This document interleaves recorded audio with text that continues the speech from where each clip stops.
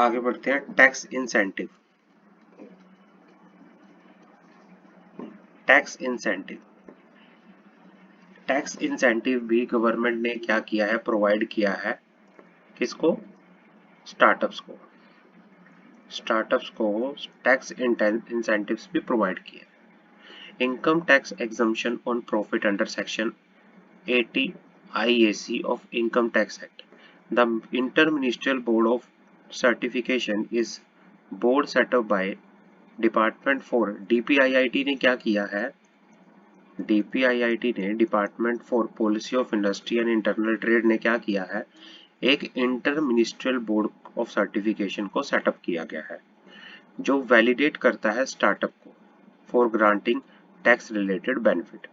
A DPIIT recognized startup is eligible to apply for interministerial board for deduction of amount equal to 100% of profit and gain derived from eligible business by eligible startup for 3 consecutive assessment year out of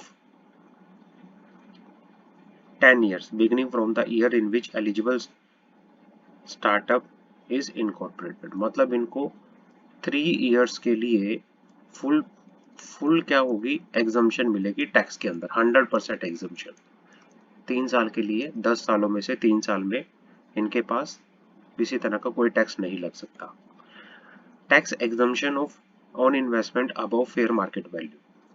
DPIIT recognized startup are exempt from tax under section 56 of the Income Tax Act when such startup receive any consideration for issue of share which exceed the fair market value of such share। भाई अगर कोई startup investment receive करता है fair market value से ज्यादा, तो उन section 56 के अंदर DPIIT ने रिकॉग्नाइज किया गया है कि इनको टैक्स में एग्जम्पशन मिलेगी। The startup has to file signed declaration in form 2। Startup को एक फॉर्म 2 के अंदर साइन डिक्लेरेशन दी जाएगी टू DPIIT। DPIIT को वो क्या करेंगे, फॉर्म 2 के अंदर एक डिक्लेरेशन फाइल करोगे। किस चीज के लिए? To claim the exemption under section 56। आगे बढ़ते हैं। Introduction of section 54EE in the Income Tax Act 1961। Exemption from long-term capital gain। Exemption from long-term capital gain if such long-term capital gain is invested in fund notified by central government, the maximum amount that can be invested is ₹20 lakh। ये भाई क्या है, कोई long term capital gain अगर होता है, ठीक है ना, लॉन्ग टर्म कैपिटल गेन को अगर इन्वेस्ट किया गया है किसी फंड में जिसको नोटिफाई किया था सेंट्रल गवर्नमेंट ने, तो मैक्सिमम अमाउंट 50 लाख तक की इन्वेस्टमेंट अगर आपका है फंड के अंदर, तो आपके ऊपर टैक्स में एग्जम्पशन मिलेगी। Amendment in section 54GB of income tax act. Exemption from tax on capital gain arising out of the sale of residential house या residential plot of land if amount of net consideration is invested in prescribed stake of equity or eligible startup for utilizing the same for the purchase of specific asset। कि भाई अगर आपने कोई property बेची या कोई land बेची और उसको इन्वेस्ट कर दिया किसी स्टार्टअप के अंदर, किस पर्पस के लिए? कोई स्पेसिफिक एसेट्स को परचेज करने के लिए, तो क्या होगा, the condition of minimum holding of 50% shares और voting right in startup relax to 25%। कि भाई आपका जो है 25% जो है टैक्स जो है एग्जम्प्ट हो जाएगा अगर आप मिनिमम 50% किसी स्टार्टअप के अंदर उसकी शेयर कैपिटल या वोटिंग राइट होल्ड करते हो, तो 50% तक आपके ऊपर जो कैपिटल गेन के ऊपर जो आपको टैक्स पे करना है 50% आपका एग्जम्प्ट हो जाएगा। उसके बाद क्या है, the period of extension of capital gain arising from the transfer of residential property for investment in startup has been extended up to 31 March 2022। Amendment in section 79 of income tax act. Startup can carry forward their losses on satisfaction of annual. वो अपने losses को क्या कर सकती है, carry forward कर सकती है। कैरी फॉरवर्ड, और दो कंडीशन इसको सेटिस्फाई करनी पड़ेगी। पहला, continuity of 51% shareholding voting right, continuity of 100% original shareholder, continuity of 100% of original shareholder, legal support and fast track patent examination at lower cost, a scheme for startup, IPR protection for facilitating fast track filing of patent trademark designed by the startup has been introduced। मतलब क्या है, ताकि मतलब ये innovation का काम करते हैं, ये नए नए इनोवेट करते हैं, नए नए प्रोडक्ट, इनोवेटिव सर्विस लेके आते हैं, तो इनके लिए क्या कर रखा है, fast track patent trademark design क्या कर रखा है, फैसिलिटेट कर रखा है। ये अपना कम टाइम के अंदर अंदर अपना किसी भी प्रोडक्ट का, किसी भी सर्विस का पेटेंट ट्रेडमार्क डिजाइन करवा सकते हैं, रजिस्टर्ड करवा सकते हैं। The scheme provide for the expeditious examination of patent filed by this startup. This will reduce the time taken in getting patent. The fees for filing the patent for startup has also been reduced to 80%. 80% तक कम कर दी गई है। Panel of facilitation for patent and trademark application has been formed to facilitate the process of patent filing and acquisition. The facilitator would provide legal guidance and hand holding through the entire patent acquisition process। मतलब इनका जो, अगर किसी को patent अपना register कराना है ना, वो आराम से एक कम फीस में, एक कम टाइम के अंदर अपना पेटेंट जो है रजिस्टर करा सकता है। Self certification based compliance regime, self certification based compliance regime, compliance norm related to environmental and labor law has been eased in order to reduce regulatory burden on startup। जो environmental law है, labor law है, ठीक है ना, जो इनका compliance burden है वो कम कर दिया गया है startup के लिए। thereby allow them to focus on their core business। Ministry of Environment and Forest has published a list of 36 white category industry startup failing under the white category। जो भी स्टार्टअप है फॉल कर रहे हैं white category would be able to self certify compliance in respect to 3 environment act. मतलब the water prevention control pollution act, water prevention control pollution cess act, water prevention control pollution act 1981। इन act के अंदर मतलब जो startup है वो self certify कर सकते हैं। Further, Ministry of Labour and Employment has issued guidelines to state government whereby startup have allowed to self-certify compliance in respect of labor law. These have been effective after concurrence of, मतलब उसमें उन्होंने self certify क्या कर दिया है, compliance की है, self खुद से ही वो सर्टिफिकेशन दे देंगे, मतलब खुद से ही सर्टिफाई कर देंगे कि हमने इनको कंप्लायंस किया है। उनको किसी से अप्रूवल लेने की जरूरत नहीं है उनका टाइम सेव करने के लिए। तो ये जितने भी एक्ट बता रखे हैं इनमें क्या किया गया है, सेल्फ सर्टिफाई के लिए इनको एलिजिबल किया गया है। आगे बढ़ते हैं। Setting up incubator, incubator are organisation setup with this specific goal, जो असिस्ट करते हैं एंटरप्रेन्योर्स को with building and launching their startup. मतलब जो इंक्यूबेटर्स होते हैं वो ऑर्गेनाइजेशन है जो हेल्प करते हैं एंटरप्रेन्योर को किस चीज के लिए, with building and launching their startup. Not only to incubator offer a high number value added service, they often also make grants that equity investment। Under the Atal Innovation Mission, Niti Aayog will set up Atal Incubation Center in public and private sector। Niti Aayog has received 3,658 application, जिसमें से 1,719 academic institution से आई है, 1,939 non academic institution से आई है। For setup Atal Incubation Center from both public and private organization। Under the mission, a grant of aid of rupees 10 crore would be provided to scale up the existing incubator for a maximum of 5 years to cover the capital and operational cost। तो ये help करते हैं। Setting up of startup centre and technology business incubator. Government ने 14 startup centre, 15 technology business incubator set किए गए हैं, जो collaboratively by ministry of human resources and development and department of science and technology. इन्होंने क्या किया है, 14 स्टार्टअप सेंटर और 15 टेक्नोलॉजी बिजनेस इंक्यूबेटर को सेटअप किया गया है। Out of 14 startup business centre, 10 have been approved. Once ministry of human and resource development जो है release it is shares of ₹25 lakh each for the startup centre. तो ये इन्होंने सेटअप किया हुआ है। रिसर्च पार्क, 7 रिसर्च पार्क भी सेटअप किए गए हैं गवर्नमेंट के द्वारा, जिसमें से out of 7 IIT Kharagpur already a functional research park.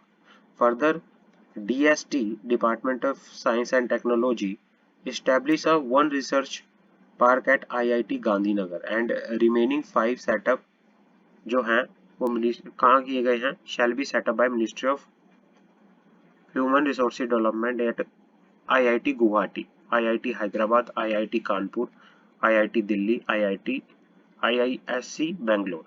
तो यहाँ पे इन्होंने रिसर्च पार्क भी सेटअप किए गए हैं फॉर स्टार्टअप के लिए। आगे बढ़ते हैं। Issue of sweat equity shares by startup company.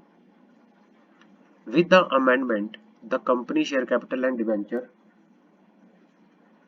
rules 2020 dated 5th June 2020, startup company defined in the notification number dated 19th February 2019 issued by Department for Promotion and Industry and Internal Trade, Ministry of Commerce and Industry, Government of India। इन्होंने क्या किया है, 19 जनवरी 2019 को notification issue की थी, जिसमें amendment हुई थी। Company share capital and debenture amendment rules आए थे 2020 के अंदर। उन्होंने अलाउ किया था कि भाई एक स्टार्टअप कंपनी में issue sweat equity share not exceeding 50% of the paid up share capital up to 10 year from the date of incorporation. भाई क्या है, एक स्टार्टअप कंपनी जो है स्वेट इक्विटी शेयर इशू कर सकती है। स्टार्टअप कंपनी क्या कर सकती है, स्वेट इक्विटी शेयर्स इशू कर सकती है। और कितने से ज्यादा नहीं होना चाहिए, 50% of paid up share capital, 50% of paid up share capital से ज्यादा नहीं होना चाहिए। और कितने टाइम के लिए कर सकती है, 10 ईयर्स के लिए from the date of incorporation. Recognition as a startup, the process for recognition of eligible entity as a startup will be as under. Startup जो है एप्लीकेशन फाइल करेंगे ओवर द मोबाइल ऐप या portal setup by the DPIIT। DPIIT की web जो portal बना रखा है या जो ऐप है उसके थ्रू वो ऑनलाइन एप्लीकेशन फाइल करेंगे। Application shall be accompanied by a copy of certificate of incorporation registration as the case may be, and write up about the nature of business, highlight how it's working toward innovation, development, improvement, product and process. फिर आप एक properly writing भी लिखो कि आपका business क्या है और किस तरह से आपका जो बिजनेस है innovation, development, improvement of product की में काम कर रहा है। द DPIIT में after calling such document information and making such inquiry if deem fit recognize the eligible entity as startup or reject the application by providing reason। आपकी या तो एप्लीकेशन को एक्सेप्ट कर लिया जाएगा या फिर आपकी एप्लीकेशन को रिजेक्ट कर दिया जाएगा। आगे बढ़ते हैं। Certificate of inter ministerial board for availing the tax benefit under section 80 IAC। क्या कह रहे हैं यहाँ पर कि भाई जो DPIIT है, जो इन्होंने क्या किया है, इन्होंने इंटर मिनिस्ट्रियल बोर्ड को सेटअप कर रखा है। A startup being a private limited company, a limited liability partnership which fulfill the conditions specified in subclause 1 and subclause 2 of the explanation to section ATIAC of the Income Tax Act may, for obtaining a certificate for the purpose of Section ATIAC of the Act, make an application in Form 1 along with the documents specified therein to the board, and the board may after calling such information, मतलब ये क्या करेंगे, ये exemption लेने के लिए form 1 के अंदर एप्लीकेशन फाइल करेंगे। एग्जाम्पशन किस चीज के रिगार्डिंग, सर्टिफिकेट लेने के लिए, एग्जाम्पशन सर्टिफिकेट लेने के लिए ये क्या करेंगे, फॉर्म 1 के अंदर एप्लीकेशन फाइल करेंगे, और एप्लीकेशन के साथ ये क्या क्या डॉक्यूमेंट लगाएंगे, वो जो भी डिमांड की है बोर्ड ने, बोर्ड जो भी डिमांड करेगा डॉक्यूमेंट या इंफॉर्मेशन वो साथ ही साथ लगाएंगे, और board after calling for such document information and make such inquiry has deemed fit, grant the certificate referred in sub clause C of clause 2 of explanation to section ATIC of the income tax। या तो उसको application grant कर देगा या उसकी application को reject कर दिया जाएगा। अब जो ये बोर्ड है, बोर्ड का मीनिंग यहाँ पे क्या है, inter ministerial board of certification comprise the following member. जो ये इंटर मिनिस्ट्रियल बोर्ड है, इंटर मिनिस्ट्रियल बोर्ड, बोर्ड का मीनिंग यहाँ किससे है, इंटर मिनिस्ट्रियल बोर्ड से। बोर्ड का मीनिंग यहाँ पे किससे है, इंटर मिनिस्ट्रियल बोर्ड से। अब इंटर मिनिस्ट्रियल बोर्ड के अंदर कौन कौन लोग आते हैं, इसमें पहला आता है joint secretary, joint secretary department of promotion of industry and internal trade. दूसरा आता है representative of department of biotechnology member. तीसरा आता है representative of department of science and technology member. मतलब जो इंटर मिनिस्ट्रियल बोर्ड होते हैं इसके अंदर कौन कौन लोग आते हैं, पहला तो आता है जॉइंट सेक्रेटरी, जो कि कहां से होगा, department of promotion of industry and internal trade. दूसरा representative of department of biotechnology and member. तीसरा representative of department of science and technology member. ये सारे के सारे इसके मेंबर होंगे।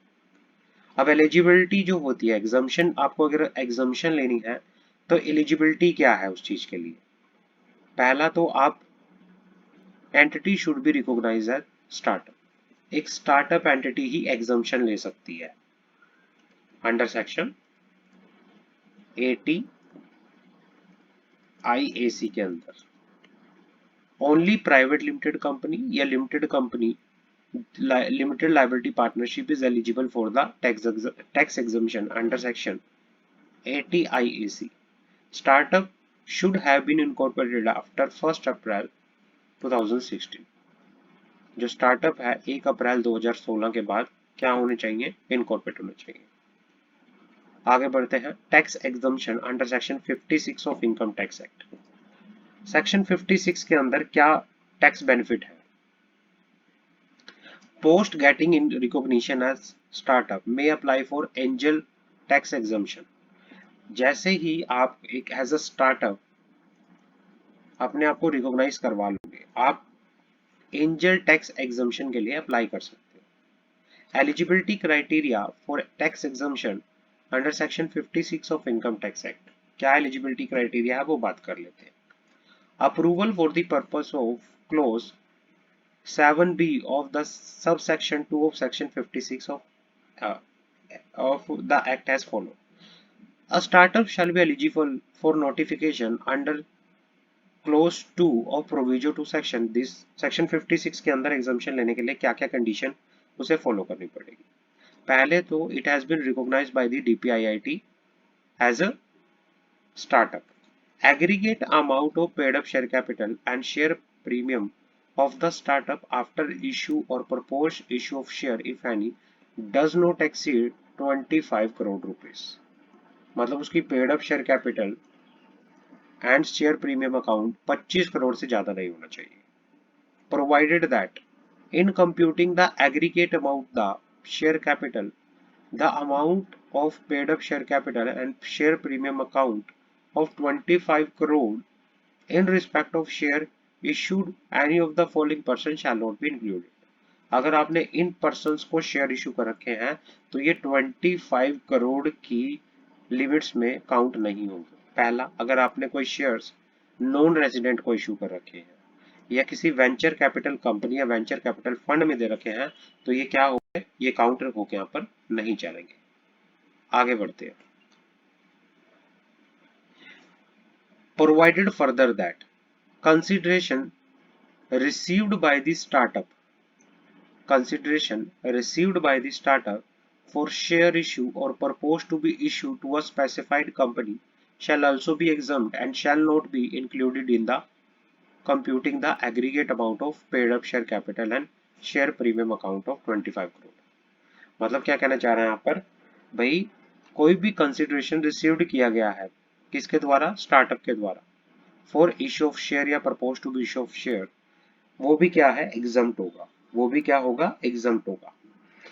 It has not invested any of the following assets, मतलब जो स्टार्टअप कंपनी है, startup company has not invest, वो इन्वेस्ट नहीं करेगी in any of the following asset. कौन कौन सी एसेट के अंदर वो इन्वेस्ट नहीं करेगी, building land pertinent thereto being a residential house other than used by the startup for the purpose of renting or held as stock in trade in the ordinary course of business। भाई क्या है, कोई भी building में investment नहीं करेगी, कोई भी जो रेजिडेंशियल हाउस है other than use by the startup, land या बिल्डिंग या both not being a residential house other than occupied by the startup for its business या use it for the, अगर कोई भी स्टार्टअप ने रेजिडेंशियल हाउस में क्या किया है, इन्वेस्टमेंट की है, किसी बिल्डिंग में, किसी लैंड में या किसी बिल्डिंग में, not being a residential house other than business और use by the purpose of renting, loan advance या other loan and advance extended in ordinary course of business, capital contribution, shares और security, motor vehicle, aircraft, yacht, other mode of transport, the actual cost of which exceed 10 lakh rupees। तो ये जितनी भी investment बता रखी है, ये investment include नहीं होनी चाहिए, इनमें इन्वेस्टमेंट एक स्टार्टअप की नहीं होनी चाहिए। अगर वो एग्जम्पशन लेना चाहता है तो इनमें एक स्टार्टअप की एग्जम्पशन नहीं होनी चाहिए, वो इन्वेस्टमेंट नहीं होनी चाहिए। तो यहाँ तक हमारा था, इम्पोर्टेंट है कि भाई अगर किसी को सेक्शन 56 के अंदर, किसी स्टार्टअप को सेक्शन 56 के अंदर एग्जम्पशन लेनी है तो एग्जम्पशन लेने के लिए वो क्या क्या कर सकता है, उसको क्या क्या कंडीशन फुलफिल करनी पड़ेगी एग्जम्पशन लेने के लिए। आगे बढ़ते हैं।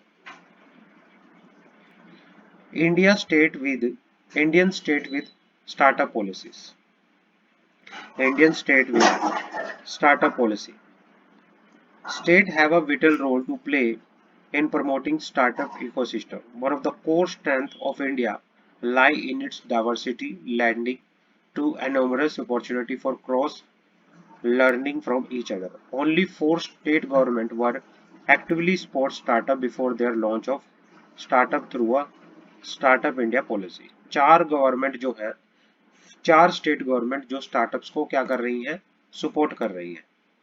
The startup movement across the country was fragmented and there was a need for consolidating standalone effort. Emphasis was also required simultaneously to encourage more states to undertake new initiatives. The national priority also requires simultaneously to encourage more and more states to undertake new initiatives. The national priority initiative has led to widespread movement across the country and presently 22 states have owned their startup policy। अभी क्या है, अगर presently बात करें 22 states की क्या है, startup policy है। 22 states have their own startup policy. Many other state union territory are in process of drafting their policy and operating guidelines. The core functioning of enabling ecosystem in the state is function of policy framework। मतलब क्या है, states जो है, states अलग अलग क्या कर रहे हैं, पॉलिसीज बना रहे हैं, अलग अलग गाइडलाइंस बना रहे हैं, किन के लिए, स्टार्टअप्स के लिए, स्टार्टअप्स के लिए अलग अलग यहाँ पे गाइडलाइंस बनाई जा रही है।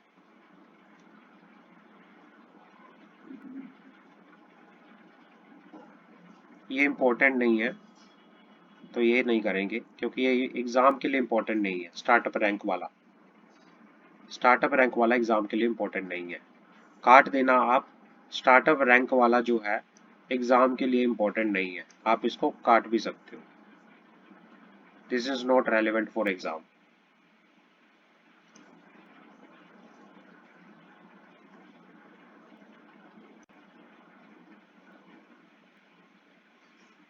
Startup ranking is not relevant for exam, आप इसको काट भी सकते हो।